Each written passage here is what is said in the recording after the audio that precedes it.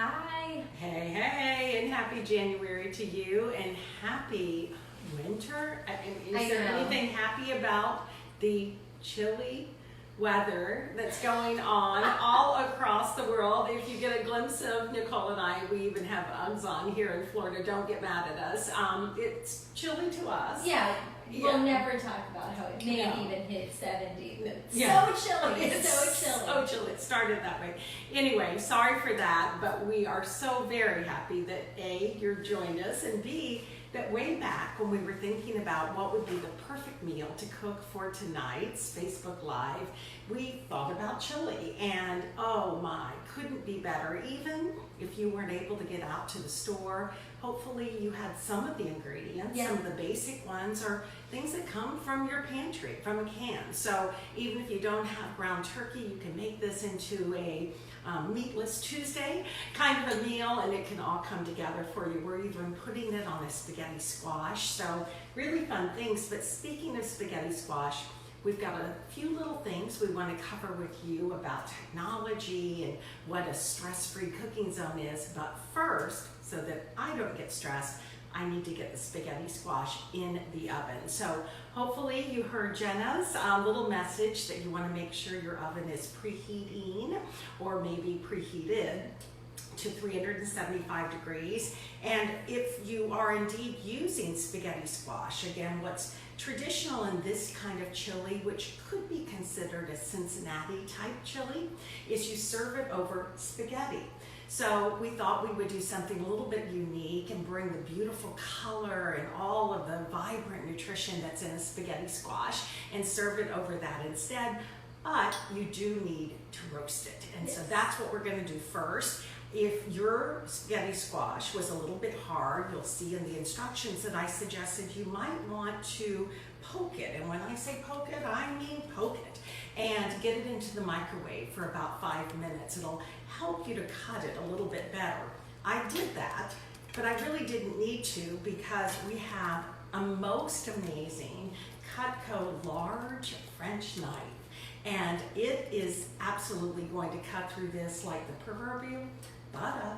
So we're in a really, really good place, and that's exactly what we're going to do first. Just get it down. So just to cover, so you've taken this is a spaghetti squash. I saw some confusion just today on Facebook about, can you just get any squash? And like if a you butternut squash. And if you do it in a certain way, then it'll come out like spaghetti. No, you want a spaghetti squash. Spaghetti squash is called that because of just that. But if you got a butternut squash, nothing wrong with doing a little saute or even roasting cubes of the butternut squash or acorn squash or whatever you might have gotten. Goodness, just cut it in half, serve the chili in it. There's, again, no stress zone here. But spaghetti squash is called that because when it roasts, it literally pulls out like strands of spaghetti. And then you pricked it with the fork, and again, like she said, really all over. So you don't just want to do a few little pricks, like really all over, because I asked her why, and she said if you don't, it will explode. Yes. So we want to keep our microwaves stress-free. Stress-free also. Yes. So poked all over, and then you microwaved it for 5 minutes. 5 minutes, and then literally just cut right through. One cut all the way, and then I'm going to turn it around, keeping it nice and flat, and take it through that stem end on the other side. And voila. Great. And this is where it really helps to have, hopefully, a knife like this, like the French chef, but if not, a long knife, so that you can really get it in and push it all the way through. Right. And we'll look at this a little bit later, but you see, even as I cut it, I pulled one of those little strands, so you already see that it's kind of like spaghetti in and of itself. Once it's cut open that way, you're not going to scrape anything out of it because you want to be able to utilize those. What you're going to do instead is sprinkle it with about a teaspoon of Creole Kitchen. That's about a half a teaspoon on each half. Yeah, because you're not on your Nicole can yet. I'm not, so... but we can see that you've really just lightly dusted it. Right. It's not covering, it's not a rub, No, but you've just season. lightly dusted it to season the spaghetti squash. And when you get on your Nicole cam, we'll be able to see this a little bit easier in Okay. the oven, but I have the oven preheated. I have a pan already in said oven, and I'm literally recognizing that I'm not at all in your line of view right now, but I'm literally putting this now Creole Kitchen seasoned spaghetti squash face down on the pan. And you haven't put olive oil or anything on the pan. You're just Nope. laying it face down, and I'm just gonna close it up and let it roast. Again, depending on the size and depending on, again, the hardness of the squash, it could take about 20 minutes, it could take up to 40 minutes. Okay. So that's why I wanted to get it in right away. So if indeed this is one that's gonna take a little bit longer, we'll be able to still have time to do it. And I'll show you in just a minute how you know if it's done. Okay. About 20-25 minutes in, we'll do a little flip and see if it's pliable, if we can literally start to string those spaghetti squash pasta type strings into what we're looking to them to do. Great. And I saw, I don't know if you guys can see that, but I saw another pan in there also. Now, if you haven't cooked with Pam, and this is Chef Pam Smith, registered dietitian and just favorite chef of all time, Well, also my mother. Exactly. So, my first chef, you're the first one to ever cook for me. Yes. One of the tips and tricks that she does is actually preheating her pan with her oven, so that when she's then roasting squash or mushrooms, which will be the other pan, Right. it's already hot. So when she lays that vegetable in there, it just sears it right then and gets it just that texture that you're wanting on the outside. And starts that caramelization, which is really important. It's one of those small little hacks, that come with cooking that makes the essential difference, I believe, into really exceptional roasted vegetables. So the squash is doing just that. And I know you're going to go onto the Nicole cam, but before you do, maybe just a little tip about that stress-free cooking zone. Yeah, we know that technology can get in the way, especially of an online cooking class, or maybe you're watching this as a live culinary demo. Whatever that may be, whatever you are doing in your kitchen right now, we're just so happy to have you. But we do not want this to become stressful. So if your internet goes down, just wait for it to come back up, or if you're cooking along and your internet goes down, grab your recipe. As you've seen, for 2019, we've decided to go a little bit different. We have the recipe, a wine pairing, Pam's pairing, grocery list, and prep sheet, all on the same PDF for you. They're all in the Files tab of the Facebook group at facebook.com/group/PSFlavorClub. You click Files and you'll see the one for Winter 2019, and you'll get everything you need to make this meal really simply, stress-free, hopefully, and step by step. But if your internet goes out, this will be your lifesaver to keep going. If our internet goes out, we assure you, as soon as it comes back, we will be back with you, and we'll keep cooking and get this meal done, usually within 45 minutes to an hour. And in that time, we want to give you time to ask questions. So if you're cooking and you come across anything that you just want to ask Pam, how do you do this? Why do you do it that way? What order do you do it? Or just, can you remind me what I'm supposed to be doing here? Type it out, and we have Spice Girl Jenna, who is monitoring the Facebook feed as we go. She'll read your question for you, and we'll get an answer right then and there. If you're watching this recorded and you come up with a question, just send it to us. This is why we're doing what we do. We love to be able to be there and hope upon hope that somehow it's helping you to feel more equipped and excited to be in your kitchen making delicious and nutritious food. One last thing, a lot of people ask us in between the classes, where do I get these spices that you're cooking with? And it really is one of our favorite things to be able to not have 12 jars of spices that we're pulling from. We're not doing cinnamon and chili and cayenne and black pepper and salt. We've made them all into one jar, and those are at psflavor.com. Or if you want to get all of them for the whole season of meals, you can go to psflavorclub.com and get them in a little kit. Yeah, it's awesome. Okay. And tonight we're cooking with Warm Winter and Creole Kitchen. You saw I just used the Creole Kitchen on the spaghetti squash, and we'll use a bit on the mushrooms that are soon to go in. But the Warm Winter is really the essence of why we think it's going to be so fabulous in this chili, but also why we think it's going to go so fabulous with, Nicole mentioned Pam's pairing.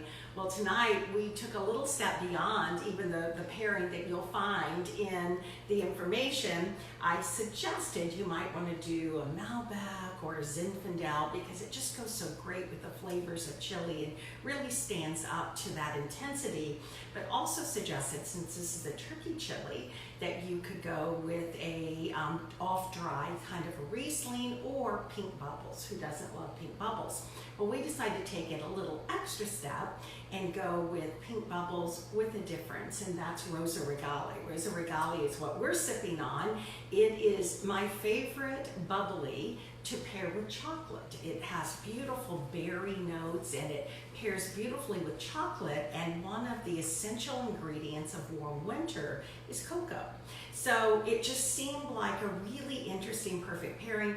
One other thing, it happens to be one Nicole Talbot's favorite wine, her favorite sippable, and yes, she was just married about a month ago. 1 month ago today. Happy anniversary. How about that? Yay, I know, thank you. so fun. Well, we're so excited to cook with you. I'm going to hop on the Nicole cam and we're going to get rolling. But please do not forget the Cutco giveaway that will be coming up. So if you are cooking along, post a picture. If you are watching along, but you just so very much need that Cutco French chef knife, be sure to make your meal, post it before the end of the month, and get an entrance to it. And if you include a picture of either the Creole or Warm Winter jar in your picture, you'll get an extra entry. Wow. Jar or bag. Jar or bag. Absolutely. I love it. All We've right. got work to do. I Missy. know, I know. I know. So fun. We have a great time. So again, the inspiration for this was indeed the Warm Winter. I grew up spending not winters but summers in Cincinnati, Ohio. I have, all of my favorite family that lives in Ohio is all centered around that area. Some from Clarksville and Hamilton and Cincinnati. And I grew up going to this incredible place called Skyline Chili. And it really is, if you've not had Cincinnati chili, it's chili with a difference. Now, some of you might already be getting a little angry at me because you love Cincinnati chili, but you love Gold Star.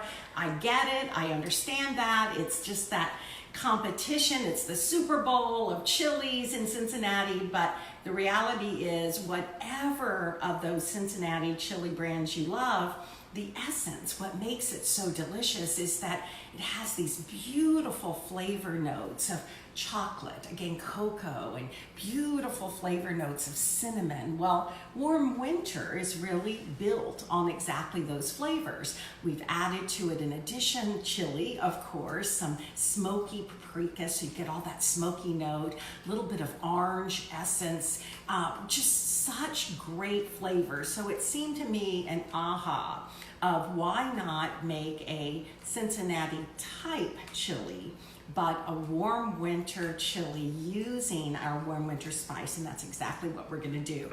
Again, I wanted to make it as a little bit of a difference from what you might get at one of those chili parlors in Cincinnati. First of all, I'm using turkey. You could certainly use any kind of beef you might want. You could use ground lamb in this, ground chicken, whatever your preference would be, or as I mentioned a little bit earlier, if you've not yet been to the store, you can make this as completely plant-based and instead just utilize the beans that come into this. And a little bit later we'll look at those, but it's a 3-bean kind of chili, not a 3-alarm chili, but a 3-bean chili. We're going to get started with the turkey that's going to be the base, but before we do, while the oven is cooking away, I'm going to go ahead and take advantage of the heat of the oven to roast some mushrooms. Now, this is again a little bit unusual for the classic Cincinnati chili. You wouldn't necessarily find mushrooms, but if you've been with us for some of our other kinds of cooking sessions on Facebook Live and the PS Flavor Club, you know that I'm really quite crazy about something called the blend.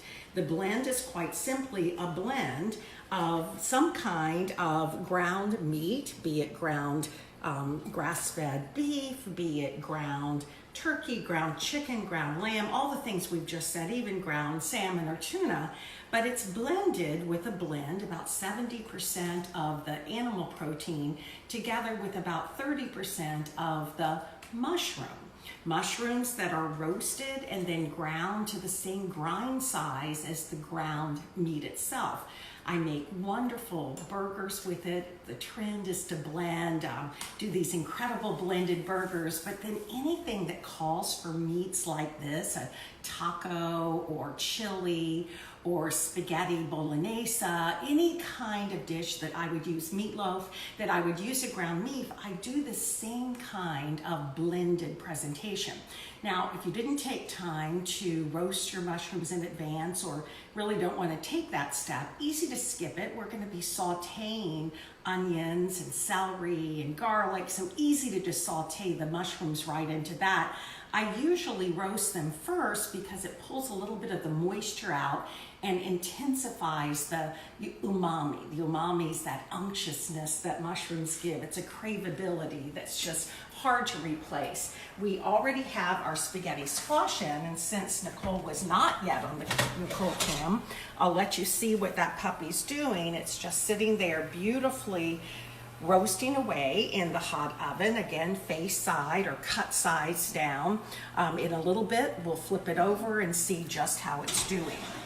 I already have my pan in play as well to be able to roast the mushrooms, because as we spoke about a little bit earlier, getting the pan hot first will give you a chance to hear this, and that is when you get those mushrooms on, you immediately get, if you can get a little closer, Nicole, without steaming up, a little bit of that sizzle value, and that sizzle is what immediately starts to caramelize those mushrooms, or really Brussels sprouts or red peppers or tomatoes or anything that you might be roasting. We're going to get those in and take advantage of the hot oven. If your house is a little cold, that hot oven's going to help to heat it up a bit. Another reason why the roasting works so well. And while that's happening, the mushrooms roast in about 15 minutes or so, so we'll kind of keep a little bit of an eye on them. But in the meantime, we're going to go ahead and get started on the building of our incredible warm winter chili.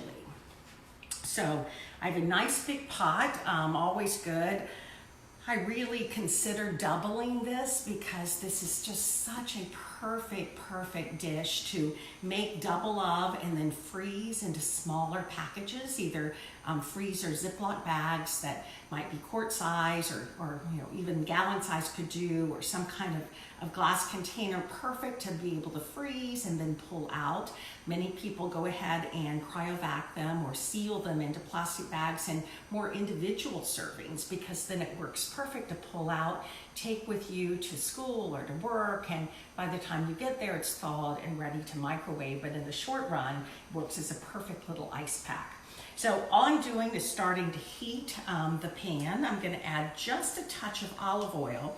Now, if I was doing ground beef here, I wouldn't do that at all, because ground beef has plenty of added fat. Even if it's a lean kind of ground beef or grass-fed beef, it still has a measure of added fat to it. But I'm using instead an organic ground turkey that has 99% lean meat, only 1% fat. So there's really little to no that's in here. And one of the reasons I do that is not just to stay away from the fat, but because I don't have to drain it.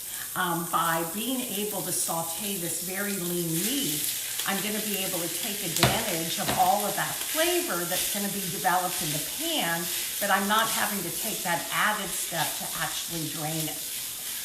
Just going to begin to saute this, let it just start to brown. I'm doing this and then I'm going to remove it from the pan because I'm wanting to get, again, some of that essence, that caramelization forming on the bottom of the pan. It's called a fond. you'll see it. It's that little brown bits that kind of get right onto the bottom of the pan. There's flavor there. And whether you're doing ground turkey or whether you're doing ground beef or tofu, whatever it might be, taking this first step to be able to do that browning really brings the flavor in.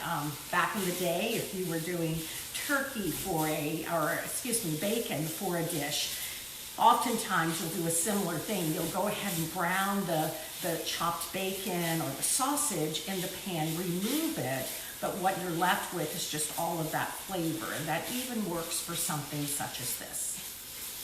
How you doing, Nicole? Great. I love this chili. I'm so excited that you chose this for our January meal. I know that one of the things that we talked about when we were trying to figure out where to go with 2019 and where to start us off, it was really trying to figure out how to get almost a one-pot dish, you know, taking away some of the need to clean up afterwards and just making it so easy for this season.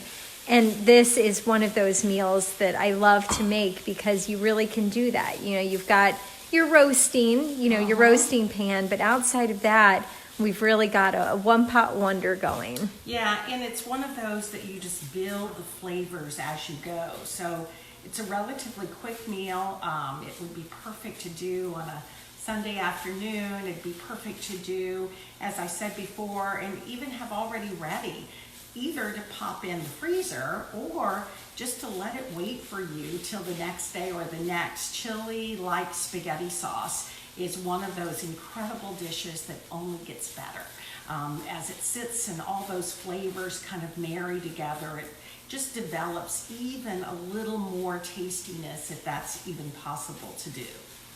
So I'm bringing this, it's not going to really brown that much, not looking for it to do that. Again, I'm just really looking to get the turkey, quote, quote, done. I'm going to add it back to finish towards the end. So I'm just trying to remove any pieces of redness that might still remain. And was this a pound of turkey? A pound of ground turkey. And as I said, could be ground beef, could be ground lamb. This recipe is probably one of the most versatile ones I have ever seen. So if you did ground beef or ground lamb or even ground chicken, would you drain it then before you move ahead? Based on, you can see with this if you want to get down in, I mean, I use that little probably teaspoon of olive oil and it is dry as can be. There is just nothing to drain. But if you were using a ground meat, even one that's 93 lean and 7% fat, you may have some extra. And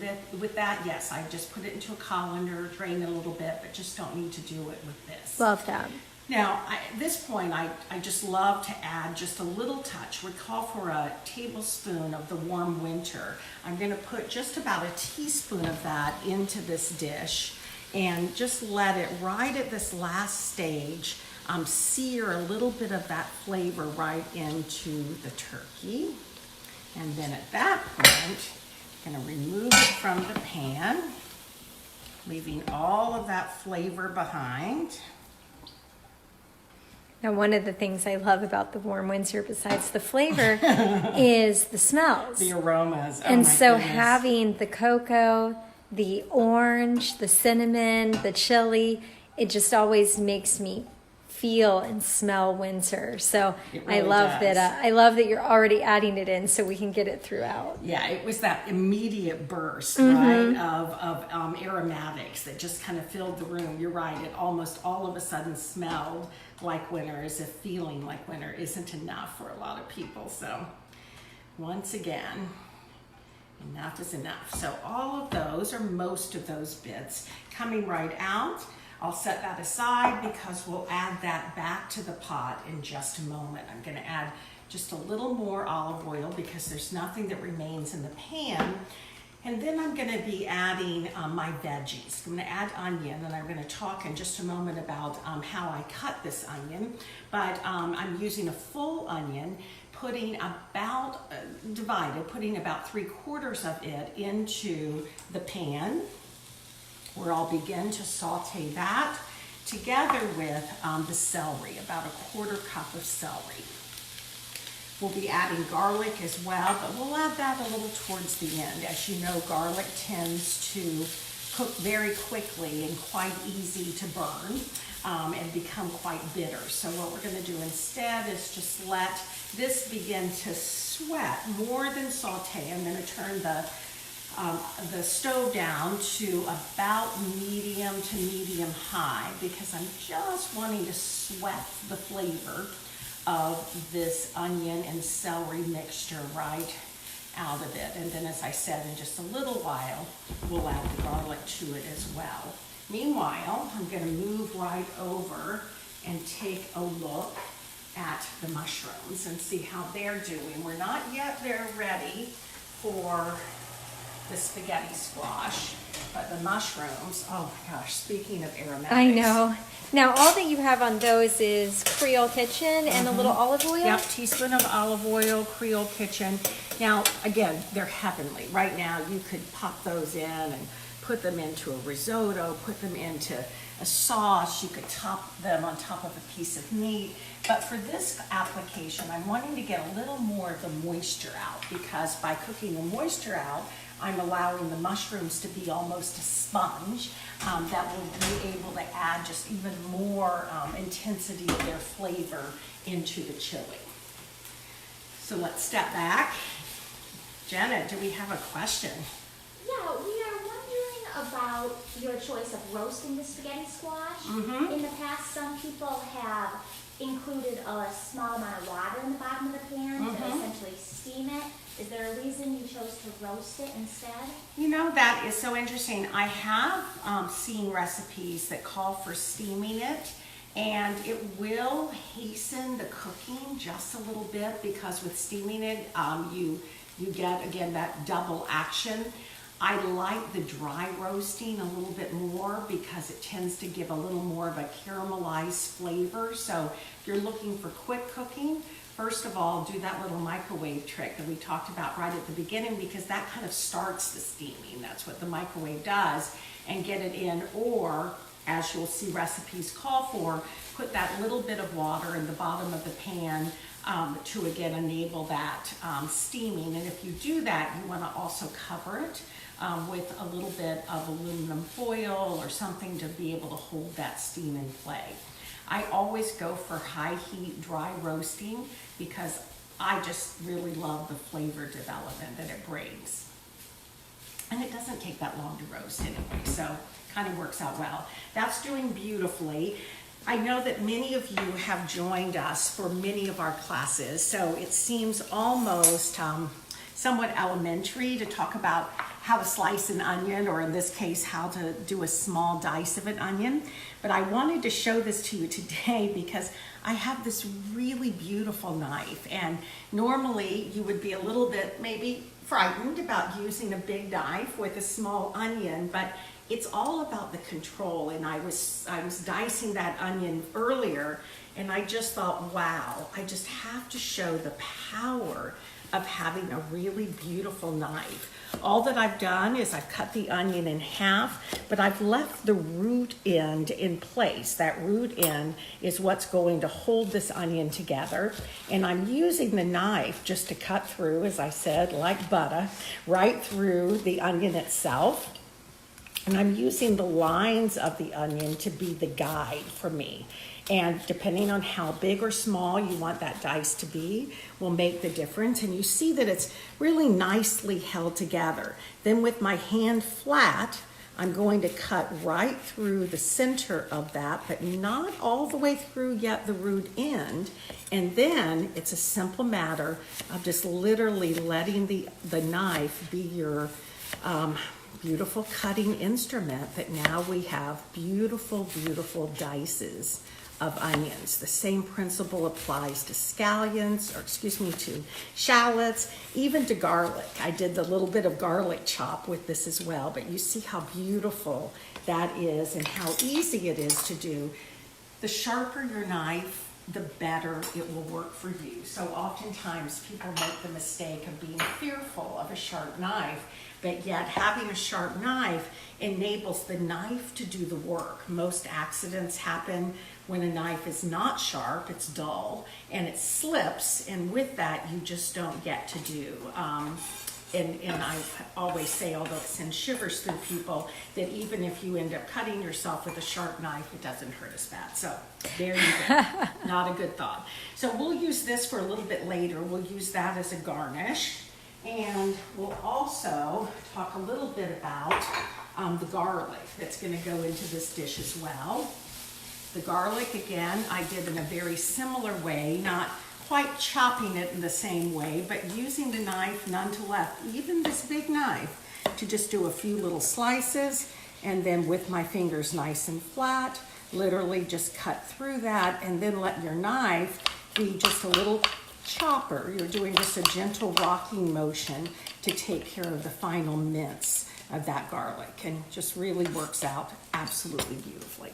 Love so that. with that, we're ready to add. We've got the celery doing its thing. We have the onion, and you see it's formed that beautiful kind of caramelization on the bottom. Nicole, if you can get into that. Don't think of that as burnt. Instead, think of it as all about flavor. We're going to add 4 cloves of garlic to that. Also begin to saute. And then this is where the remaining part of the warm winter comes in. Just like the garlic can burn, the warm winter, because it does have beautiful spices in it, can also burn if you just let it sit in the bottom of a pan. So I generally will add it right around the time that I'm adding the garlic. And I want to let the heat, again, you get all of those great flavors, be released. So awesome, isn't it? It is. One of the things you said just a moment ago was, don't think of this as burn, think of it as flavor. I think that's something we all can adopt in those moments where maybe it goes a little further than you wanted it to when you're cooking. And you can just tell the people you're serving, don't think of it as burn, think of it as flavor. As flavor. That's right. All there is to it. At this point, I'm going to add another, what I consider to be a secret ingredient for this, and this is apple cider vinegar. It could be red wine vinegar, sherry vinegar, whatever you might have, but the vinegar becomes the deglazer. So remember what we saw on the bottom, that what could be considered burnt, actually that acid just lifts up that fond on the bottom and brings all of that flavor right into the onion, celery, spice kind of mixture. Wow. And absolutely beautiful. I'm gonna let that kind of do its magic for just one moment, because I also want to get my mushrooms into play here. So I'm gonna get a little look at those. They should be just about perfect and ready to go. And indeed they are. So now you can see they're nice and dry. They've been able to absorb, you know, all of that concentration of flavor into play. And so are we just looking for even the pan to almost be dry? Exactly. Okay. Exactly. So I'm gonna literally just take these right onto my cutting board. That French chef is getting used for so many things Little tonight. did it know. Guess when you can't actually have a French chef at home, this is a good substitute. Little close substitute, maybe. I'm gonna set that right back here, and then I'm just gonna start my process of using that beautiful knife to just do a rough chop on these mushrooms. Again, the goal, if I was putting them into a burger, would be to have them probably even in the food processor, so that you get it to that almost grind that you would see on whatever your grind meat is. But because this is chili, I'm fine with just a little larger size and looking for kind of a nice rough kind of chop. So, And I love how you're chopping that. There's no fingers to get hurt. You're holding on to the front seemingly to get a little more control, and or just to doing maintain a that. rocking notion with it. And it's really the power of a big knife. You can't do this with a paring knife, as wonderful as they might be. So this is my new favorite knife, and we're good to go. Oh my gosh, these smell so incredible. This is almost the same exact thing that I did when I was chopping the garlic, except of course much smaller amount. And so you're really just trying to get not quite a mince, of course, or dice, but just somewhere in between. Right, exactly. And then I'm just going to transfer this right over to our blend. Meanwhile, we have all of that concentrating down and all of those great flavors that the apple cider vinegar is bringing to play. And we'll mix that in together with the ground turkey in this case. Okay, so this is when the turkey goes back in. Goes back in. Get that nice and tossed together. Let those flavors all start to come together while it's still in a relatively dry state. Again, that just helps with that concentration because now I'm going to start adding the liquid ingredients to it. Okay, And do you typically, I'm sorry, I cut that off, but do you typically do that, go for the dry ingredients first and then start adding the liquid ingredients? You get more pop of flavor. The heat, particularly in a dry heat, releases the flavor of spices and the aromatics just so much more than a wet heat. It's why if you are using dry spices, you're always better to get them into a hot pan without any liquid because again it releases more of those essential oils, which is not where just the aromatics are, but it's also where the flavor and where the nutrition is. Then adding the liquid in enables all of those flavors to marry together. So Jenna, yes? Yes, we have a question about whether or not it would be possible to make this dish in a crock pot. It would be awesome to make either in a crock pot or in an Instant Pot. Either way, depending on the time you wanted to invest. Again, if you know me, you know that I'm kind of an Instant Pot diva, and yes, we probably will be in the springtime doing an Instant Pot class, but both accomplish the same thing. The thing that an Instant Pot will let you do is you can actually do all of this saute action right in the Instant Pot itself, whereas with a crock pot, to be able to get that searing and sauteing, you'd have to do that in a separate dish and then add it to the crock pot, then put the crock pot on slow and low as it is and let it just cook its magic for the length of time. With an Instant Pot, it has a saute feature. You can make it right in, and rather than it taking 6 to 8 to 10 hours, instead, it will cook for you in about 30 to 32 minutes. So it's the same principle, it just works in a different way. It does have a crock pot setting though, so if you like that long time, that works well too. I've added a 14-ounce can of tomato sauce, and now I'm also adding a 14-ounce can of petite diced tomatoes. Any diced tomato will do, but I do like the canned tomatoes here. I like the intensity of flavor that comes in with those. Fresh tomatoes can work beautifully when you're making this maybe in a summertime and they're so abundant. All that I do with those is I immerse them in a bit of boiling water for just about 10 seconds, score them at the end so I can get the peeling off. The peeling doesn't do as well in this kind of application. The diced ones are already done for you. So that is all great and good to go. We've got the liquid in. And just as it starts to come up to a simmer, I'm now going to add a little more liquid, which is an unusual ingredient for many of you that are chili makers, but I really love a little bit of a thinner chili. So not what you necessarily see in a classic Cincinnati chili, but I add about 2 cups of a chicken stock to this, either one that you've made at home or one that you've purchased. If purchasing it, as we say in the grocery list, go for one that's a little lower sodium. It just gives, I don't know, a textural broth difference that I just really, really love. So that I'm adding to this fine to not do that. And of course, if you are skipping the turkey section of this and making this plant-based, use a veggie broth instead, or just a little bit more of the tomato sauce, and that works well.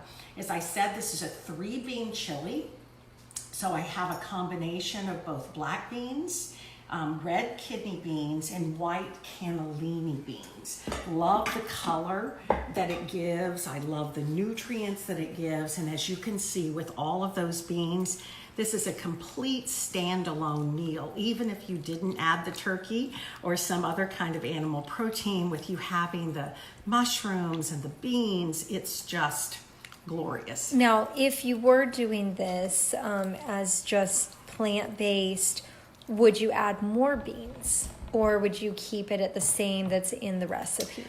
Because we have a pound, it's a great question, because we have a pound of the turkey meat that's been added to this, that would be the equivalent of about 16 ounces of beans, or about 2 cups of beans, one more can. And generally, if I was doing this, because people tend to think of red beans as chili beans, I would probably add that additional can as a red bean. The other thing you could do, though, is you could certainly add, again, tofu crumbles if you wanted to do that, to kind of be that same almost feel of the turkey meat that's in.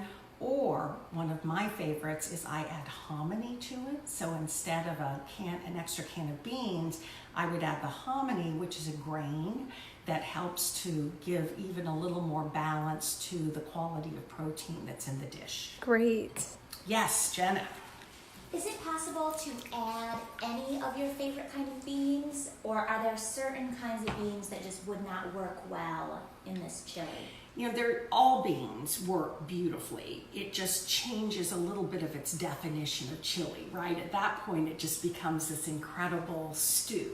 So for example, if we left out the red beans, or maybe left in the red beans and left out the black beans and added chickpeas, and maybe instead of using the warm winter, I added a little Moroccan spice to this. All of a sudden you have this beautiful Moroccan stew that with chickpeas is just absolutely perfect. In the summer, you could add black-eyed peas to this. You can kind of take it wherever you want. The only thing I would say is if you're serving it to friends, maybe don't get them really excited about chili, because they're going to get their definition in their mind, and basically what you're bringing instead is just the most awesome soup ever, and that works out great. So we're letting this come back up. I'm going to turn the heat on it up just a little bit. I'm going to give it just a little bit of a taste, because at this point I want to see where we are on the flavors. And speaking of the flavors, if someone is making this at home and they have run out of their warm winter blend, and since we're selling it seasonally, if a few months down the road they're just in the mood for chili and they don't have their warm winter, could they use a mocha chili or cha-cha chili? Is there a different blend they could do? And if they did, would you add cinnamon to it? What would you do to keep it that Cincinnati chili? Again, I would definitely use mocha chili, because it already has a little bit of that chocolate essence in it as well, hence the mocha chili name. And then you could definitely add a little bit more cinnamon. The cha-cha chili, it's one of my favorite pantry kinds of blends overall, and would use it anytime I'm making a traditional chili. If I wasn't going to take it in that bend towards kind of a Cincinnati style, just the cha-cha chili and kind of getting away from the cocoa or the cinnamon altogether is a great thing to do also. Yes, Jenna? Yes, Michelle would like to know, do you rinse your beans before you add them to your chili?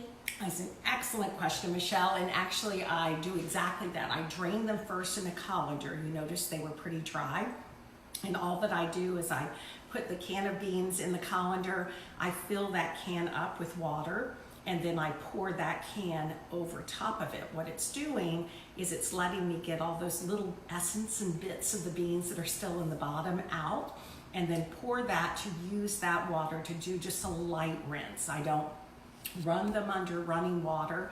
I just want to get a little bit of that can juice, if you will, off of them. So I did that with both the black beans, the cannellinis, and the red kidneys. Now, the only place I do something different with that is if it's chickpeas, because the chickpea juice that's in the can is actually a name. It's called aquafaba.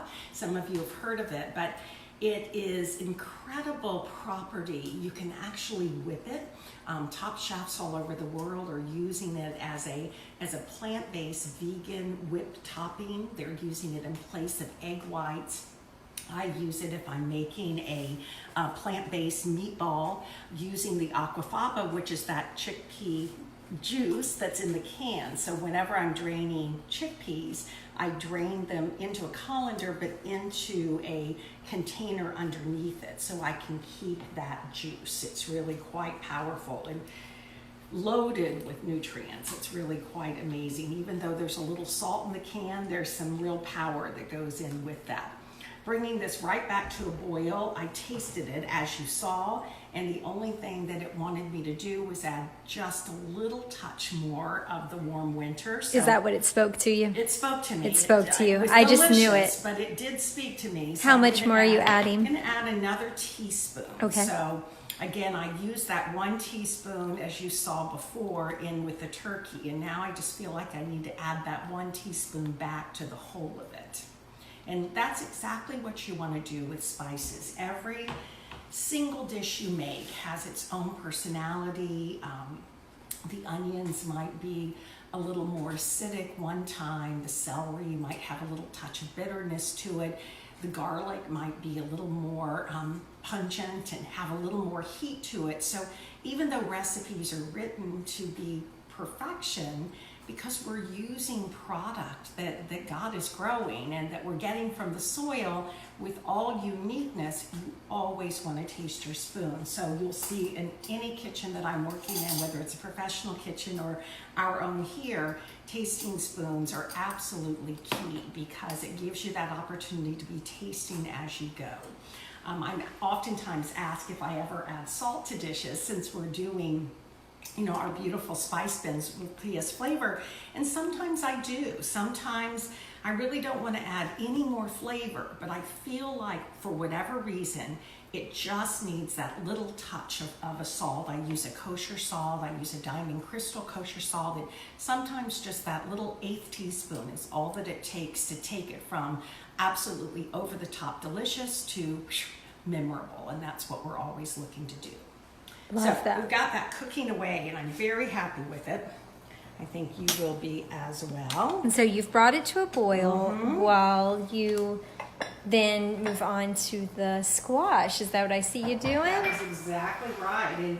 And we really want that to be able, everything in it is now cooked. So all that we're doing is boiling it just to be able to get those flavors starting to marry together. And again, works beautifully, as we've already said. If you'd like to do this in a crock pot or an Instant Pot, or do this one afternoon and serve it the next day, it's perfect to take with you to places, and actually doesn't make a lot of mess. So it makes it even more special as it comes. All that I've had on this cutting board is the mushrooms, but I'm still going to give it a little bit of a flip because I'm then going to take my spaghetti squash out.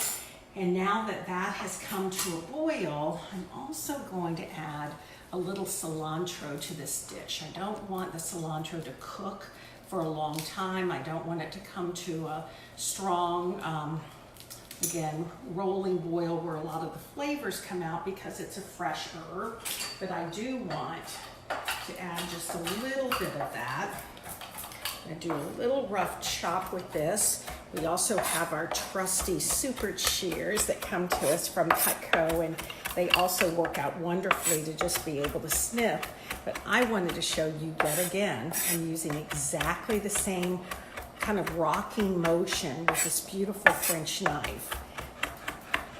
No fear with this knife. Big knife, but absolutely works beautifully, not just for chopping, but also for transferring the cilantro right to the dish. Now, as we talk about cilantro, most times we use it in a class. If they're not a cilantro fan, is there an alternative? There is. Flat leaf parsley, we even suggest that in the recipe because people that don't like cilantro really don't like cilantro. We say this all the time, but it's in your DNA. It's not just a learned dislike or a lack of being adventurous in cooking. It's literally in your DNA. And so with that, having it is not a lot. It's not going to make you like it better. Your taste buds aren't going to grow up like they do for broccoli or kale or some other things. Flat leaf parsley works out beautifully. Doesn't bring a lot of flavor, but definitely brings that freshness cue and can work out really nicely as well. I just got a whiff of the orange from the warm winter. Right? It's just amazing. I know. So let's go. Yeah, I now. want to know how to know if this squash is done. So you can see step one is that we actually see it starting to bring a little bit of its juiciness right out onto the pan. Yes, it is. Sorry about that noise. We're going to do a little bit of a flip. Okay. You see how it Oh, has yeah, that golden. beautiful golden caramelization. And when I put my fork in it, it goes right in. Stick Put a your fork in it. it's done. And so at that point, we have it just the way we want it. Beautiful. Okay, and out we come. Now, if you've not worked with spaghetti squash before, it's really awesome. And I had a friend who knew we were doing this class tonight, and they said, would it work just as well to do a butternut squash and do some little noodles with it with a spiralizer? And absolutely it would. Again, when we first started working with the wonder of spaghetti squash, we didn't have things like spiralizers, but using zucchini noodles or butternut squash noodles would also be a really fun way to do, as would just serving it Cincinnati style over traditional pasta, just regular spaghetti or angel hair if you would like to do that. But in this case, we're going to take, again, this very, very hot spaghetti squash, and all that I'm going to do is just pop out those seeds that are right on top. Put those aside.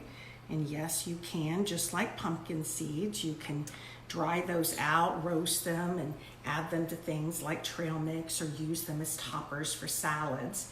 But once you have those out, then with your fork, are you on the cam? I am. I'm right there. Okay, you literally, very, very hot, asbestos fingers, you literally begin, I'm going to use this, Yes, sacrifice give that this. a go. We'd like to let this cool a bit. You literally just begin to scrape it, and as you do, you can start to see the filaments that form as it makes this beautiful, beautiful pasta. Now, if you were not on Facebook Live doing this in real time, how long would you give that to cool before you get started? Not long. I mean, Okay. literally just 5 minutes or so. It's Okay. just enough that it wouldn't hurt my finger as Yeah. much as it was doing. But Oh, the it looks show amazing. must go on. Well, and honestly, it's delicious just as a side dish. Yeah. Sprinkled with a little bit of the warm winter. It just doesn't get better. Sprinkled with a little bit more of the Creole. Ruby Tuesdays, the restaurant that's kind of all over the country, has an entire field that they grow spaghetti squash in North Carolina just for them because it's one of their most popular sides. So there we go. Jenna, you had a very patient question. Yes, we noticed that you didn't remove the seeds before you cooked the squash. Does it make a difference? Is it okay to do that beforehand? Or? It's okay, but why? Because they're hard to do. You've got to take the knife and take the spoon, and you saw instead, once they were cooked, they just lift right out of it. So fine to do, absolutely fine to do, but why? It's just one step that becomes so easy once you actually have baked it. And I do it, the only place I do something different with that is if I'm doing an acorn squash or a butternut squash that I'm going to be filling with some kind of a ricotta, breadcrumb, spinach type filling, or with some kind of a dressing. In that case, I want to get the seeds out first because then I'm going to use that to be my baking vessel. But other than that, for this, just let it be. Great question though. Okay, so we're all good, and I think we are, believe it or not, ready to plate. So I'm gonna grab that right now. Sorry, Nicole, I'm jumping around. Absolutely. Now you can serve this in any variety of ways. You can serve it in a bowl. You could put a nice chili bar on top of your table and let people kind of serve their own with their own toppings. I did this exact chili for New Year's Day at a football game, UCF, go Knights, and took it, and that's exactly what we did. A big pot of chili, and then had some beautiful aged grated white cheddar that was to the side of it, some scallions. If you are wanting to take it in a little more of a Latin direction, you could have some chopped jalapenos, you could have some avocados or guacamole. Again, I'm trying to stay as true to Cincinnati chili as I can, so I left the jalapenos off, left the avocados off. I feel like I'm already branching way out doing the spaghetti squash and putting more than just chili beans into it. So in this case, instead, I'll go ahead and just ladle some of this beautiful chili right into my dish on top of this nice spaghetti squash. Okay, so you do your spaghetti squash first, just like you would do a spaghetti. Just like you would do a spaghetti. Put that as your quote, quote, spaghetti right on the bottom of the dish. Then, nice little layer of your warm winter chili. And you can see how gorgeous all of the colors of those beans and the cilantro would be. So the spaghetti squash on the bottom becomes just this little surprise that you kind of dig right into. And we served it in a glass bowl on purpose so that you have a chance to really see that. You can top it with some of those chopped red onions that you had. Again, if you were getting chili 5-way in Cincinnati, that's exactly what it would be. The 5 ways are the spaghetti, it's the chili, it's the beans, it's the meat, and it's the onion. Or let's make it 6-way. You could add a little bit of sliced green scallions to it, and then a little sprinkling of cheese, just to add that little color difference. If you've ever had Cincinnati chili, it's covered with cheese. I was about to say, if this was true Cincinnati chili, we'd have about a pound of cheddar cheese. Definitely would. A little hot sauce if you so chose. I love Cholula, so I like to just kind of drizzle a little bit of that right on top. And then just a few more leaves of cilantro, just kind of sprinkled on top. You don't need to do anything fancy. This is just chili after all. And there we have our meal. I'm hard pressed to say it's just chili. It looks like the most amazing chili we've ever had. Well, I'm loving hearing that. I hope everybody agrees as you make it and enjoy it and let it warm you up for a cold winter's night. Yes, and please, if you're making it, don't forget to take a picture. And if you have your PS flavored jar or bag, please put it in your picture so that you can get 2 entries into the contest. Fantastic. I picked up my Rosa Regala. I can hardly wait to have a taste of it with this as well. And if you are doing a posting, I would love to hear what your wine choice would be. I do know there's some Cincinnati family that are having this with their favorite beer. So it's not going to be a wine ever, but cheers. Absolutely. So fun. Amazing job. Can't wait to eat it. And if you all have any questions, ask us after or whenever you're preparing your meal, and we hope that you love it. And we'll be back with you in February. Yes. We always like in February because people are pretty much done with winter by then, but it may still be happening. We always love to whisk you away to the Caribbean.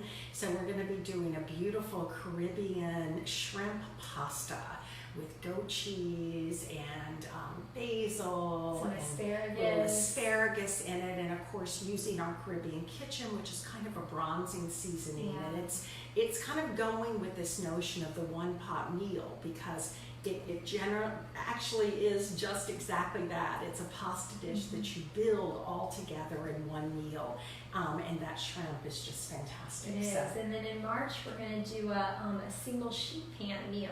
So stay tuned for that, and we can't wait to have you with us for these months of deliciousness. Yeah, for sure.